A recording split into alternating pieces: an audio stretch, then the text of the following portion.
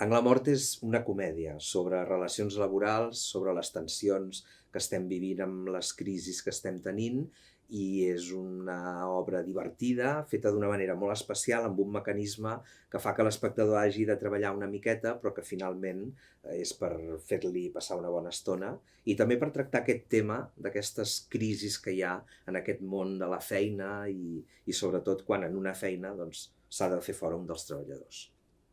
El procés d'escriptura ha estat molt divertit perquè ho hem fet conjuntament amb en Roc Esquius i va ser una cosa molt boja. A sobre la vam escriure durant la pandèmia, no ens podíem trobar gaire, havíem de fer-ho via telemàtica, però ens anàvem passant material, ell escrivia primer la primera part, després jo la mirava i la reescrivia, tornàvem a fer versions una darrere l'altra, i va ser molt, molt, molt divertit perquè quan ja vam tenir l'obra, diguéssim, armada, llavors l'anàvem llegint entre tots dos i realment ens ho vam passar molt, molt, molt bé escrivint-la.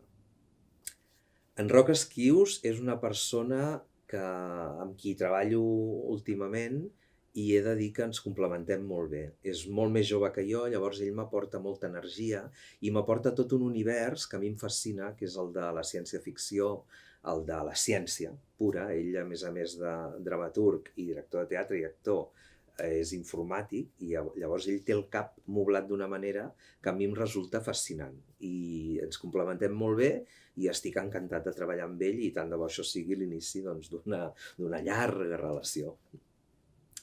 El principal repte d'Anglamort és l'escenificació.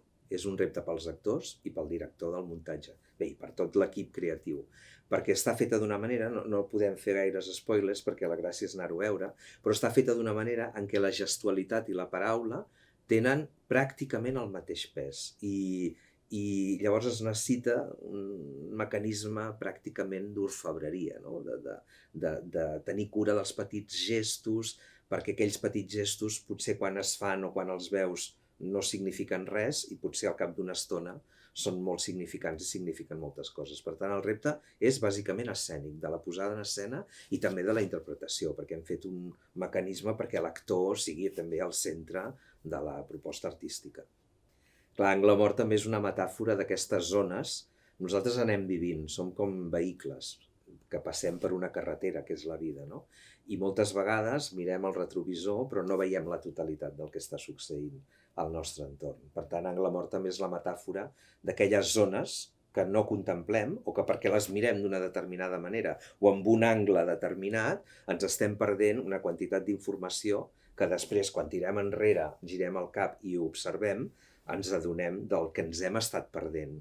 És pensar que la vida va cap a una direcció i potser va cap a una altra perquè no ho estem mirant.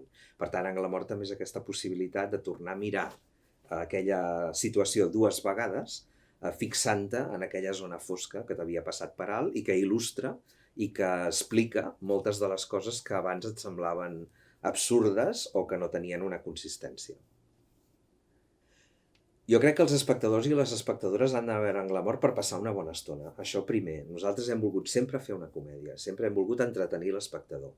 El volem entretenir d'una manera una mica diferent, jugant amb aquest Anglamort, amb aquesta zona no vista, repetint coses i posant l'espectador en una situació en què ell mateix hagi d'endevinar i quan ho endevini doncs tingui una gratificació. És una comèdia que crec que és molt trepidant i crec que val la pena pel treball de tothom, no? Sobretot de la posada en escena i bàsicament dels 4 intèrprets que fan un exercici de funambulisme damunt d'una corda i que això finalment és la màgia del teatre, no? Veure com aquells intèrprets estan allà suant i esquitxant-se i al mateix temps fent-nos passar una molt, molt bona estona.